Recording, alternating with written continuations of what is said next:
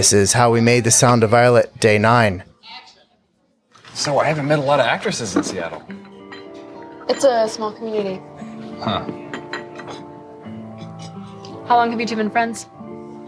Colin is my brother. A very protective brother.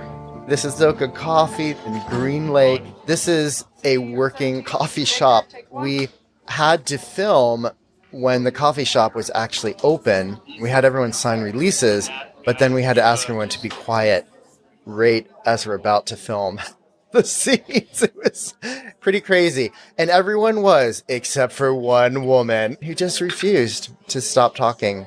So we had to always wait, and it got super awkward. This is one of my favorite shots in the movie, where we're getting inside of his head and seeing him just gazing at wedding pictures, dreaming of the day where that will be him.